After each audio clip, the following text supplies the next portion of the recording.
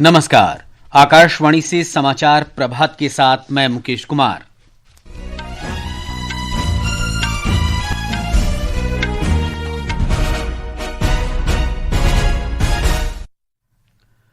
राष्ट्रमंडल देशों के अध्यक्षों और पीठासीन अधिकारियों का 28वां सम्मेलन आज से नई दिल्ली में। विदेश मंत्री सुब्रमण्यम जयशंकर और अमेरिका के विदेश मंत्री मार्को रूबियो ने व्यापार, महत्वपूर्ण खनिजों, परमाणु ऊर्जा और रक्षा क्षेत्रों में सहयोग पर फोन पर चर्चा की। अमेरिका के राष्ट्रपति डोनाल्ड ट्रंप की चेतावनी, प्रदर्शनकारियों को फांसी देने पर अमेरिका ईरान पर कड़ी कार्रवाई करेगा। अमेरिका ने मिस्र, लेबनान और जॉर्डन में मुस्लिम ब्रदरहुड की शाखाओं को आतंकी संगठन घोषित किया। फसल का त्योहार मकर संक्रांति देश भर में हर्षोल्लास के साथ मनाया जा रहा है और भारत और न्यूजीलैंड के बीच दूसरा एक दिवसीय अंतर्राष्ट्रीय क्रिकेट मैच आज राजकोट में।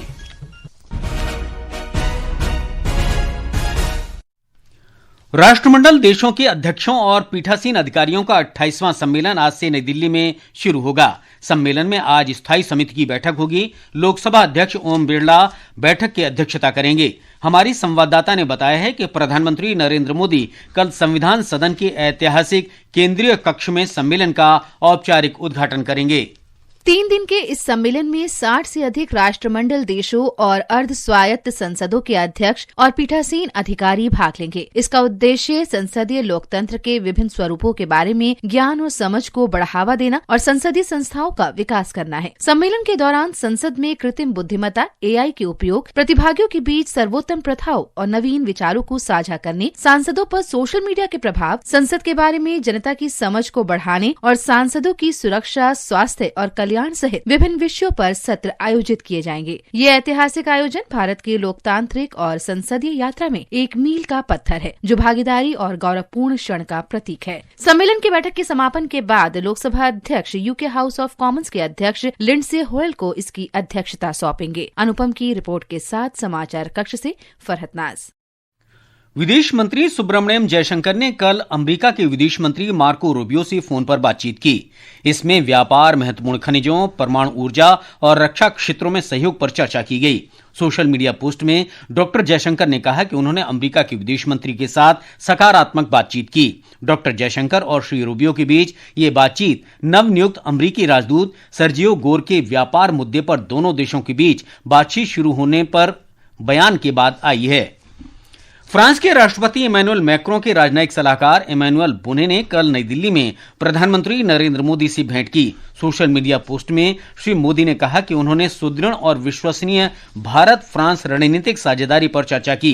प्रधानमंत्री ने भारत और फ्रांस के बीच नवाचार, प्रौद्योगिकी और शिक्षा के क्षेत्र में सहयोग बढ़ने पर प्रसन्नता व्यक्त की।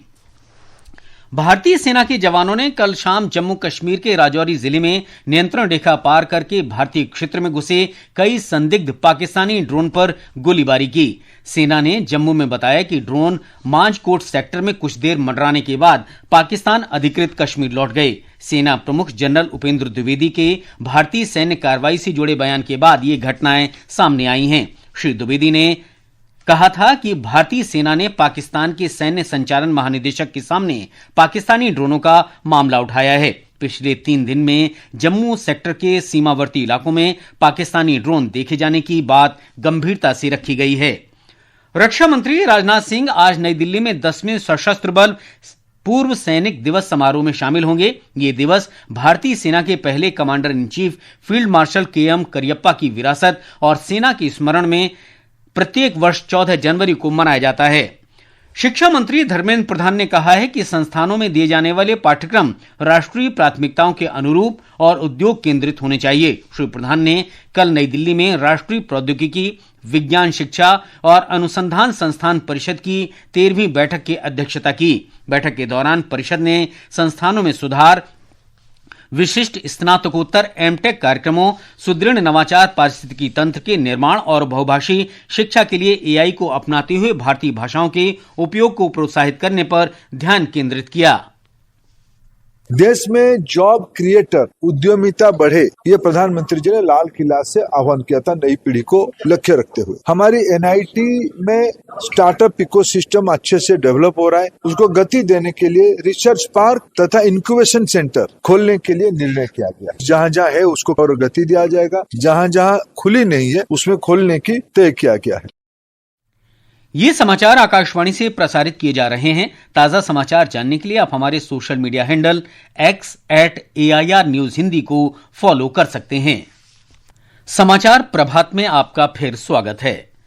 अमेरिका के राष्ट्रपति डोनाल्ड ट्रंप ने कहा है कि अगर ईरान के अधिकारी देश में जारी अशांति के बीच प्रदर्शनकारियों को फांसी देंगे तो अमेरिका कड़ी कार्रवाई करेगा। ये बात उन्होंने एक टीवी चैनल को दिए साक्षात्कार में कही। इससे पहले सोशल मीडिया पोस्ट में ट्रंप ने ईरान के प्रदर्शनकारियों का समर्थन करते हुए कहा था कि मदद रास्ते में है।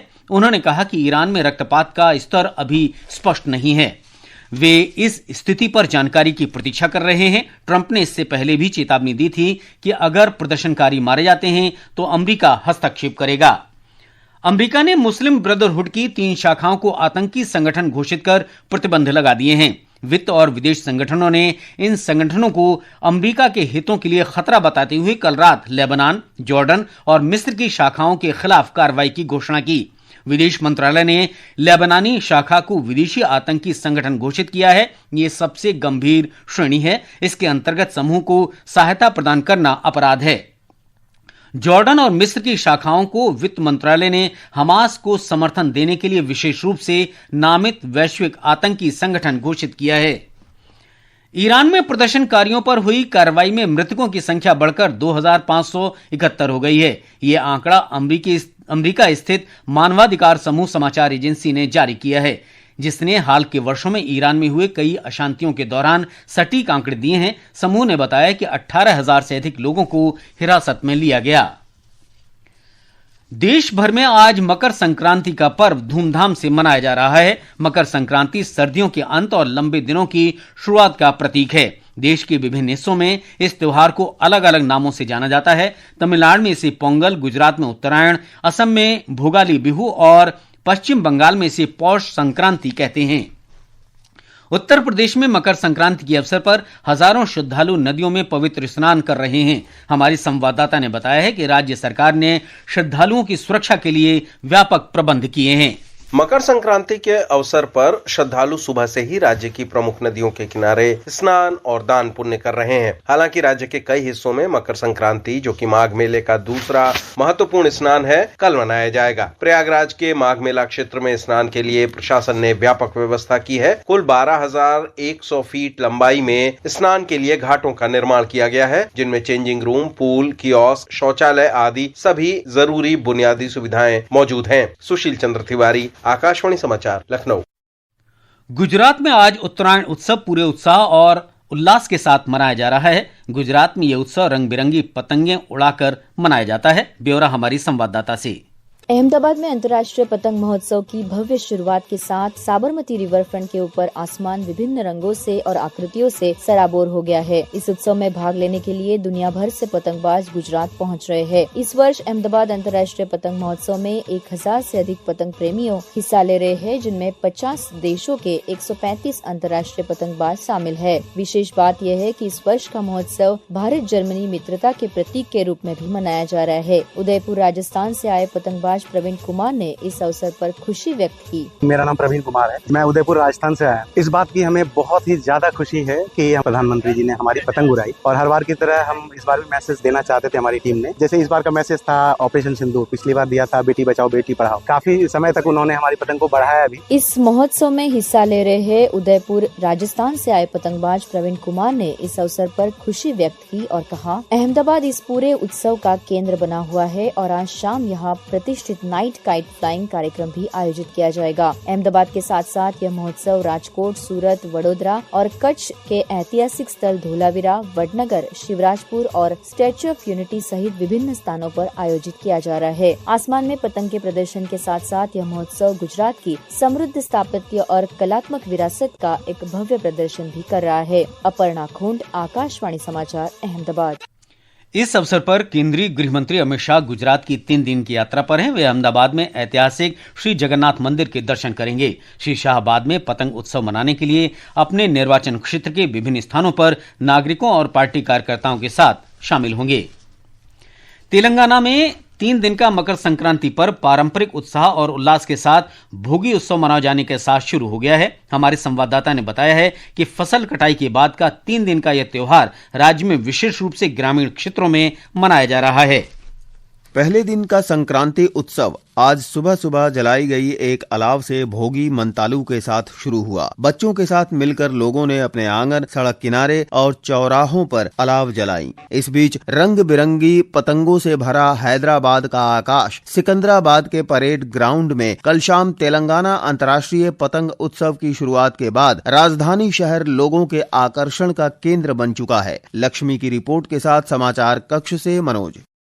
तमिलनाडु में आज शीतकालीन मार्गजी माह के अंतिम दिन भोगी पर्व मनाया जा रहा है। लोग अपने घरों से पुरानी चीजें निकालकर घर के सामने बेकार पड़ी चीजों को जलाते हैं। केरल में आज सबरीमला के पहाड़ी तीर्थ स्थल पर मकर विलक्कू उत्सव मनाया जाएगा। इस अवसर पर श्रद्धालु पोन्नम बालामेडु में मकर ज्योति के दर्शन करेंगे। उत्सव में भगवान अयप्पा के आभूषण, तिरुवाभरणम के साथ शोभा यात्रा सहित कई अनुष्ठान होंगे। भारत और न्यूजीलैंड के बीच 3 मैचों की एक दिवसीय क्रिकेट श्रृंखला का दूसरा मैच आज राजकोट में खेला जाएगा। मैच दोपहर बाद 1:30 पर शुरू होगा। भारतीय टीम ने वडोदरा में रविवार को पहले मैच में 4 विकेट से जीतकर श्रृंखला में 1-0 की बढ़त बना ली थी। श्रृंखला का तीसरा और अंतिम मैच रविवार को इंदौर में खेला जाएगा। महिला प्रीमियर लीग क्रिकेट में मुंबई इंडियंस ने गुजरात जायंट्स को 7 विकेट से हरा दिया। नवी मुंबई में कल गुजरात जायंट्स के 193 रन का लक्ष्य मुंबई इंडियंस ने 4 गेंद शेष रहते 3 विकेट के नुकसान पर हासिल कर लिया। ये समाचार हमारी वेबसाइट www.newsonair.gov.in और हमारे news on AIR mobile app पर भी उपलब्ध हैं। और अब आज के समाचार पत्रों की सुर्खियों के साथ हैं सरफिरोजी। धन्यवाद मुकेश। सेना प्रमुख जनरल उपेंद्र द्विवेदी का वक्तव्य सभी समाचार पत्रों में प्रमुखता से है। हिंदुस्तान की सुर्खी है, देश को रॉकेट फोर्स की जरूरत। नवभारत टाइम्स लिखता है, आर्मी चीफ ने कहा सीमा पार 8 टेरर कैंप, 150 आतंकी हो सकते हैं, हम अलर्ट हैं। जनसत्ता का शीर्षक है, पाक के खिलाफ जमीनी सैन्य अभियान को तैयार। दैनिक जागरण की सुर्खी है, सुप्रीम कोर्ट ने कहा कुत्ते के काटने पर राज्य को देना होगा भारी हर्जाना। अमर उजाला के अनुसार लावारिस कुत्तों की ज्यादा चिंता करने वाले उन्हें अपने घर पर रखें। पंजाब केसरी का शीर्षक है, 10 मिनट में डिलीवरी पर रोक, सरकार का फैसला, सभी क्विक कॉमर्स प्लेटफॉर्म पर लगाम। नवभारत टाइम्स की सुर्खी है, ब्रिक्स 2026 की शुरुआत, लोगो लॉन्च, विविधता में एकता का प्रतीक है लोगो। राजस्थान पत्रिका ने दिया है, ट्रंप का नया ट्रेड बम, ईरान से व्यापार किया तो 25% टैरिफ, भारत पर भी पड़ सकता है असर।